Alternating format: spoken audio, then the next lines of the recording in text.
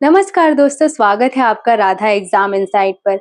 आजकल आपने बहुत ये खबर सुना होगा सोशल मीडिया पे और हर जगह ये है कि क्या अब यूपीआई से पेमेंट करने पर टैक्स लगेगा या गवर्नमेंट अब उसका कुछ चार्ज लेगी? क्या आप गूगल पे, फोन पे, पेटीएम से अगर कहीं पेमेंट करते हैं तो क्या उस पे अब कुछ आपको टैक्स देना पड़ेगा?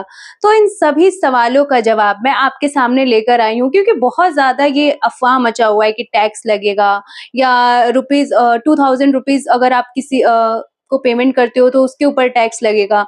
तो ये सब जो भी चीज़ें हैं ना, जो भी ये सोशल मीडिया पे बहुत तेज़ी से जो फैल रही हैं, तो मैंने सोचा कि क्यों ना इस पे एक वीडियो बनाया जाए जिससे आपको पूरी जानकारी मिल जाए।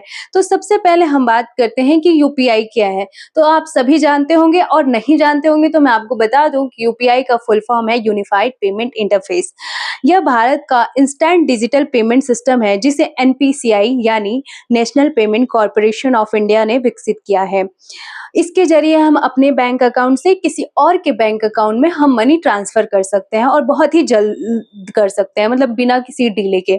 अब सवाल क्या है, ये है कि यूपीआई पर क्या टैक्स लग गया है? क्या अगर हम कुछ पेमेंट करते हैं तो इस पर टैक्स लग गया है? तो आम जनता के लिए ये यूपीआई टैक्स नहीं है, मतलब ये यूपीआई टैक्स नहीं लगाया गया है। यानी अगर आप अपने दोस्त को 5,000 रुपीज़ भेजते हैं, तो उस 5,000 पे कोई टैक्स नहीं देना पड़ेगा, ठीक है? या कहीं आप दुकानदार को कुछ आप खरीदते हो या पेमेंट करते हो तो उस पे कोई टैक्स नहीं है। अभी तक तो ऐसा है कि कोई टैक्स नहीं है। अब ये वाली बात भी आपने सुनी होगी कि ये 2,000 रुपए वाली खबर क्या है? क्योंकि हाल ही में सरकार ऐसा कानूनी फ्रेमवर्क तैयार किया है जिससे भविष्य में कुछ डिजिटल पेमेंट ट्रांज़ैक्शन पर मर्चेंट डिस्काउंट रेट यानी एमडीआर लगाने की व्यवस्था की जा सके। तो इस वजह से जो 2,000 रुपए से ऊपर के कुछ मर्चेंट यूपीआई ट्रांज़ैक्शन की अभी चर्चा हो रही है।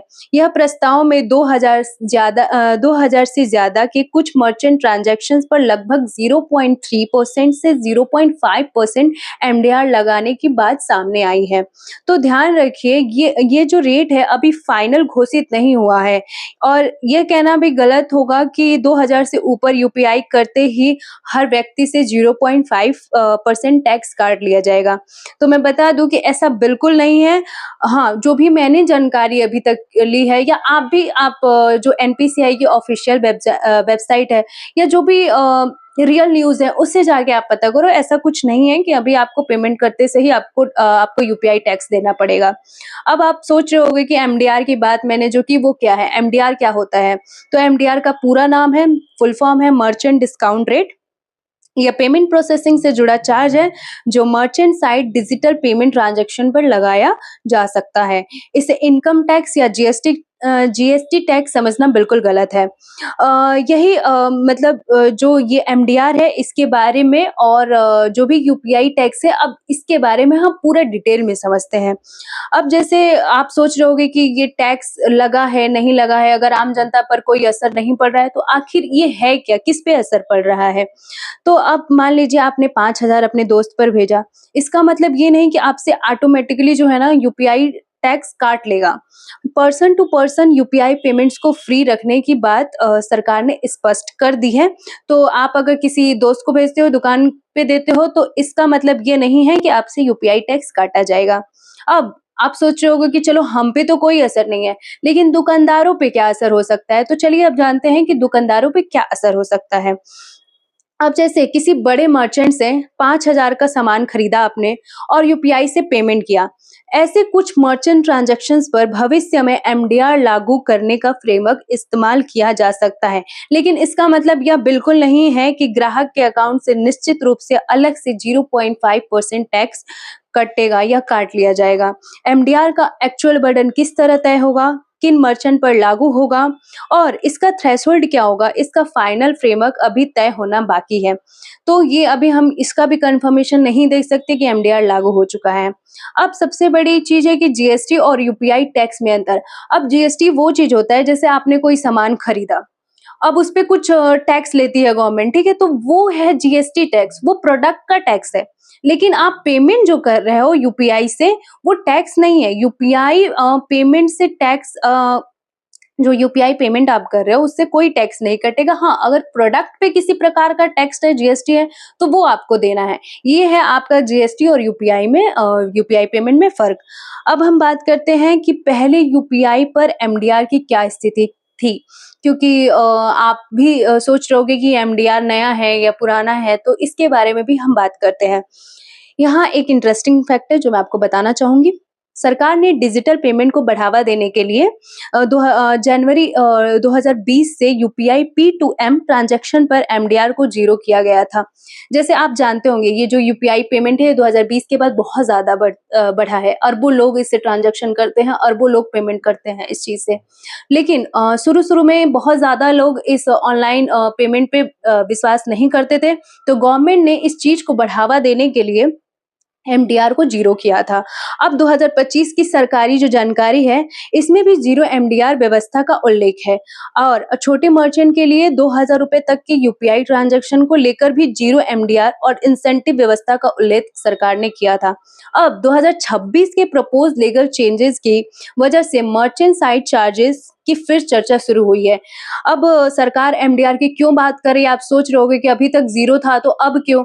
तो ये क्या होता है ना, जो आप ऑनलाइन पेमेंट करते हो, इसके पीछे जो भी बैंक्स होते हैं, पेमेंट कंपनीज़ होती हैं, जो इंफ्रास्ट्रक्चर होता है, उसका जो ट्रांज़ैक्शन प्रोसेसिंग होता है ना, सिक्योरिटी और जो सिस्टम मेंटेन करने की लागत होती है, वो बहुत ज़्यादा होती है। जैसे आप ही कोई चीज़ शुरू कर रहे हो, आप फ्री ऑफ कॉस्ट पहले दे रहे हो, जैसे आप यूपीआई पेमेंट कर रहे हो, तो फ्री चलो कर रहे हैं। तो जो उसके पीछे इंफ्रास्ट्रक्चर होता है ना, जो आप मेंटेन करते हो, सिक्योरिटी या अदर भी चीज़ें जो कुछ भी होती है, उसकी लागत बहुत ज़्यादा आती है।